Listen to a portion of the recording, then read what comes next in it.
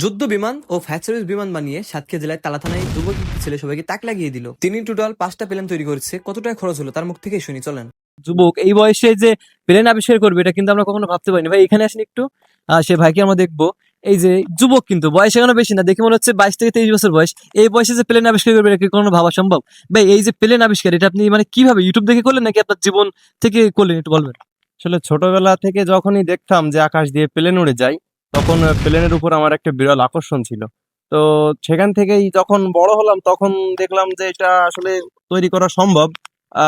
তারপর থেকে আমি প্লেন তৈরির কিছু টেকনিক আয়ত্ত করি এবং ইউটিউব আমার সেখানে কিছু সহযোগিতা করে।